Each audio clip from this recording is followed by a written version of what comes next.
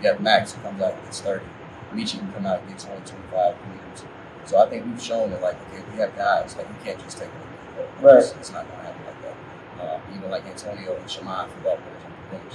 Ethan Richards is coming into play as well, like, really well. Even Xavier Frazier, senior. Like, we just have, our depth is too deep. Like, you can't just take away two guys. So Right. I think that's our biggest. I think that's why we're the scariest team probably in the state right now. Right. No limit, you can't slide with us. I would've copped the tank, it wasn't fast enough. My name, I'm Brandon, I iced it. I know you like the whip, I'm psychic. I be on airplanes, on fly shit. I can hit top speed and turn around. Yeah, I slide like fires, we'll pull up and set it on fire.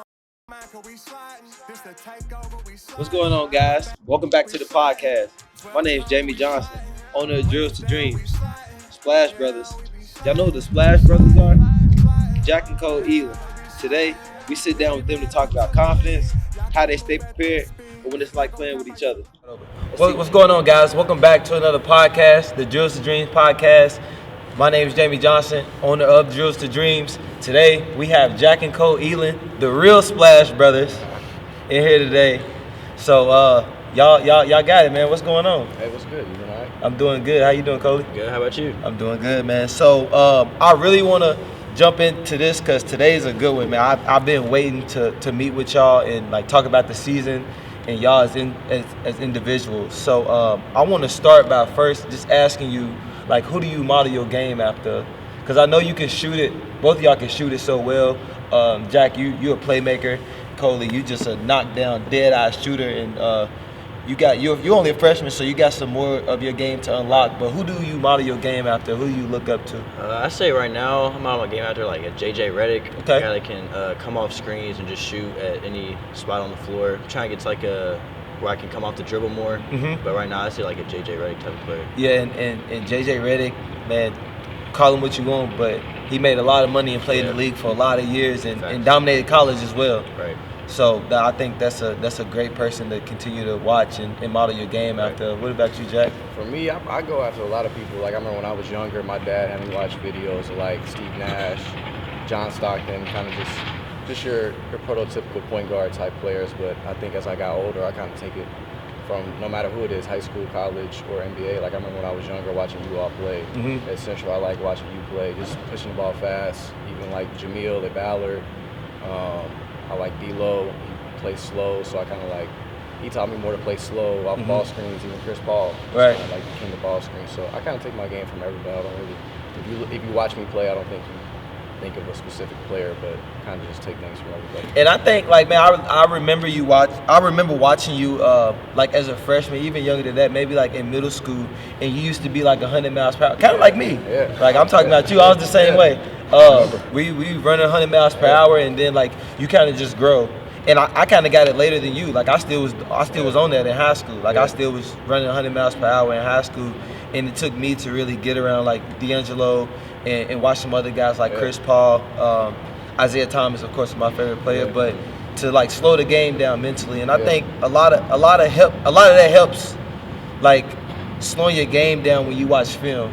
Like you really just watch film and not really look at all the highlight plays and really look at how they made the highlight. You know what I'm saying? Right. So, talk to me about what's it been like playing with your brother, because that's like a dream. Like you know, you always have your favorite teammates, but it ain't nothing like, I'm sure, playing with your brother. So what's that been like? Yeah, no, it's been awesome. We actually have a picture of us when we were little, because my dad played here. So we have a picture of us when we were little. We both had on male 22 jerseys when my dad was playing. So we kind of dreamed about it when we were little. It didn't really go how I planned at first. Obviously, I started off with Ballard and stuff, but these past 2 years have been crazy special. I know when we look back, it's hard to cherish it as much as you want to in the moment. Because you're in that mode, yeah, you're trying to win. Yeah, you're not thinking about it, but like I'll get pictures after the game of like me put my arm around him and stuff, and like those are moments that you'll remember forever. So it's definitely been cool. We definitely butt heads and fight at home and stuff like any brothers do, but of course, it's been awesome playing with him. Man, that's great. That's great. I couldn't imagine playing with my brother. So, Coley, what have you learned from Jack? Like, what's the biggest thing that you've learned? You've seen him fight through a lot of adversity, whether that be at Ballard or even here this season.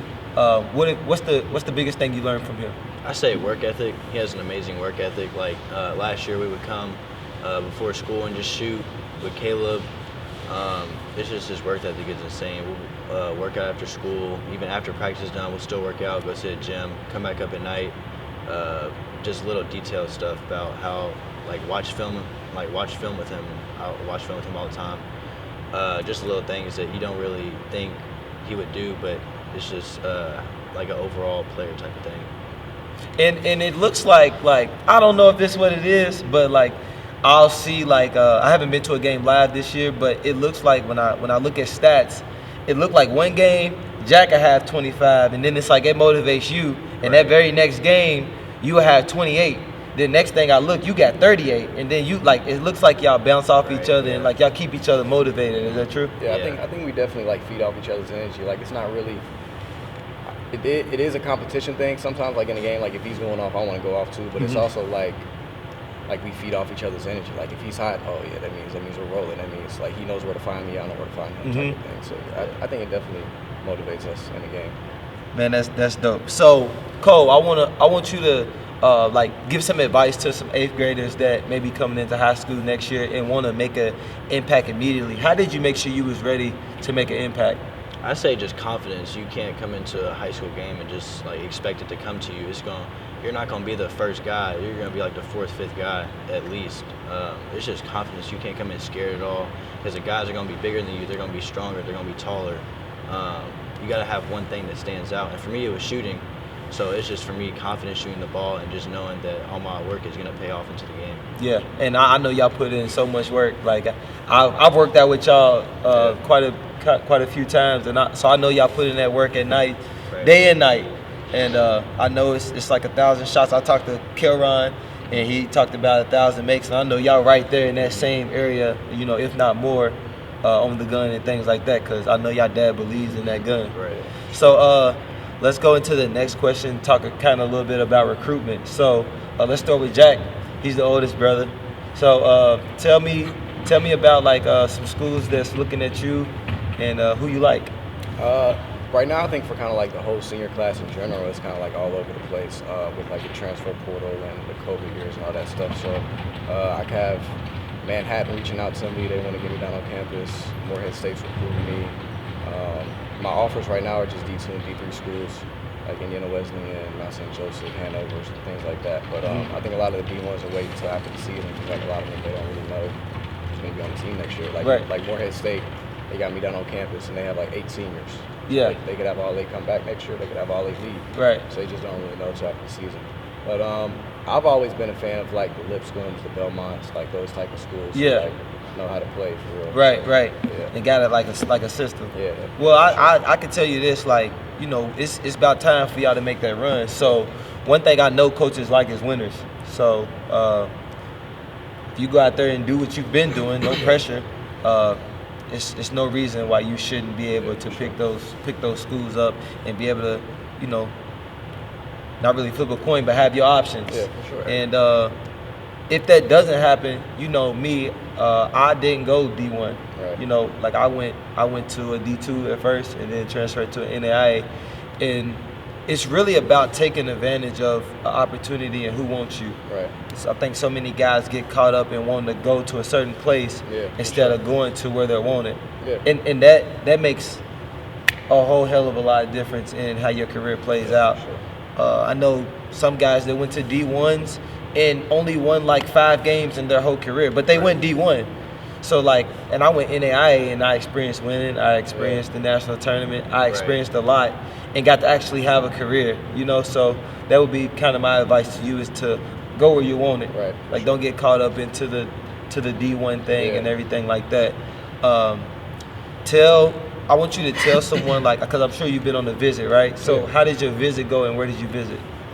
So over the summer, I went on I went up northeast and I had a whole bunch of visits this Ivy League school. So I went to Navy, Army, American, Cornell, Harvard, Holy Cross. I think there's a couple more. Yeah, there was a couple more, but I forget. And then I went to Morehead State and some other schools like that. But the visits are it kind of depends on where you go. Mm-hmm. For Navy, it's just a totally different like atmosphere experience. So like it's on the water, it's in Ann Arbor, so it's just a beautiful place. And they have like Beat Army on all the walls and stuff. They have this big, so their dorms are like, they have one big kind of like hall. It's just one dorm. Everybody stays in one dorm. So it's kind of different. Like it's different experience wherever you go. Army, you kind of go up in like the secluded like mountain place, like in the movies, and they got the little snipers on the thing, like waiting for you. So it's different experience like with the places I went. Harvard was kind of like more like historical, like they're not really super modern. You would think the Ivy League school would be super modern, but they kind of like to keep their tradition there. So they have like one big weight room for all the athletic facilities. Okay. Like, they all kind of share this huge weight room and like a kind of like an indoor football field looking place. But it was cool getting those experiences. I had never been up Northeast before, so it was cool kind of getting those like experiences, seeing how different it is up there. But I liked it for sure. That's good, man, and it's good to take those visits, man. Like just even if right now you knew what school you wanted to go to, I would still say take those visits. For sure. Like because you never know. Yeah. You never know what, like you gotta go and hear someone out. They took the time to watch you play and offer you a scholarship, bring you up, and consider you. Like so you gotta like go see what they're talking about at least, because they could persuade you, a different way that you didn't know. Yeah. So Cole, you talk about your recruitment, because I know through the AAU circuit and everything, you've been able to make a name and kind of like do some unbelievable things. Yeah, it's been crazy. I played for All Ohio, so we're #1 team right now. We won the middle school Peach Jam last year, so it's crazy. We had Coach Cal pull up to our game, Indiana, Miami, Ohio State, all the coaches. It's crazy to watch a middle school game. You never thought that college coaches would come to a middle school game. So one of the games I had like 20, 25 on a top team, and I got my first offer from Stony Brook. And then actually Jacksonville State was there too, and they saw me play my first game up there. And then over the summer, they came and watched us play like an open run here at Mill, and they just offered me like last week or 2 weeks ago. So yeah, it's just cool being able to get my first 2 D1 offers. Yeah, and you got plenty more to come, man. Like you so young. Like I said, your game is going to expand so much in ways that you never imagined, just from you watching film, you watching him, he's going. Yeah, you definitely. If I got to make a prediction right now today, you're definitely going to be Power 5. So talk about like what the difference between high school and AAU, and which one you enjoy more. AAU, I say it's just like a lot more big, athletic, kind of just up and down. I say high school. I like high school better because it's like more fundamental, like, and of course I get to play with him, so it makes it a lot better.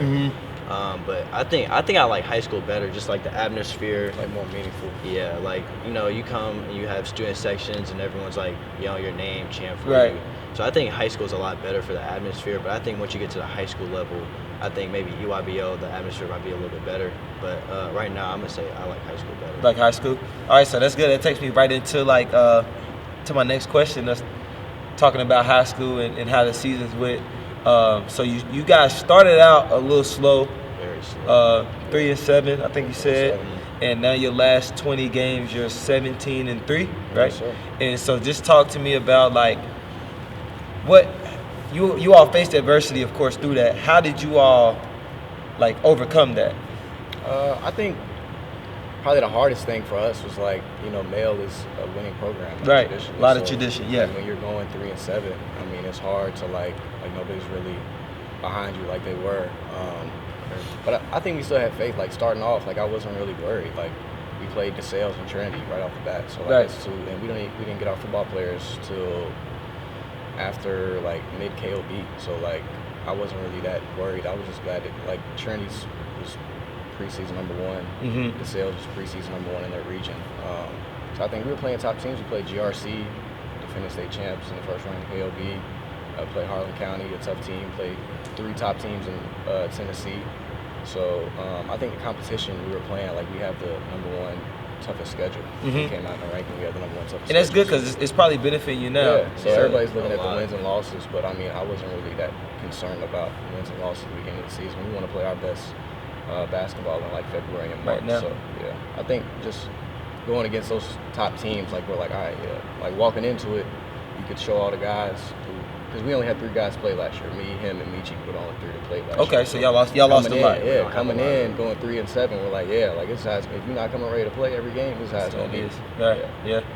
So I would say like right now, you all are one of the more scarier teams. Like I think nobody wants to play Mill right now, just because of how you guys have shot it of late. You all are like never out of a game. Right. Like I think his name is Max. Yeah, Max. I seen Max. I had no idea he was a shooter. Right. And then he erupts. Right. the about a few games ago. So like with you all being able to shoot like that, that's scary. So just besides shooting though, what sets you guys apart? You want to answer? You can go. I think just our depth. Like I think our biggest concern. I think people's biggest concern from the outside looking in is like, all right, what happens when they deny Cole and Jack? Mm-hmm. They're having off night shooting. Yeah. And I think we've shown like, okay, Jason, who's a sophomore, he went off, had 30 against Ballard, had 30 against Cuff Cat, top 5 team in the state. So you have Max who comes out and gets 30. Michi can come out and get 20, 25 if you need him to. So I think we've shown that like, okay, we have guys, like you can't just take away me and Cole. Like, right. It's not going to happen like that. Even like Antonio and Shamad, football players off the bench. Ethan Richards has come in and played his role like really, really well.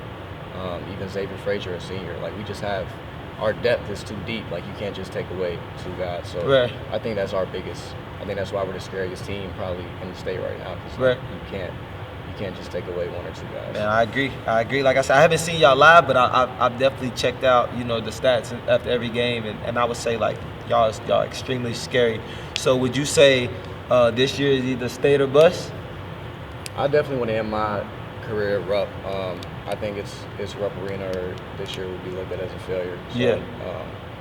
Not really any pressure or anything. It's just how competitive we are. That's what we want to do. So. Yep. Well, you guys heard it from the Splash Brothers. I'm rooting for these guys. I watched them grow up literally from crying in the gym, and now I get to see them be high schoolers and be successful, which is very important to me, personally. But if you all get a chance, make sure you all go check out Mill. They're ready to make a run, and that's it. Yes, sir. I appreciate you having us. Yes, sir. Yes, sir. Appreciate y'all boys. That was smooth.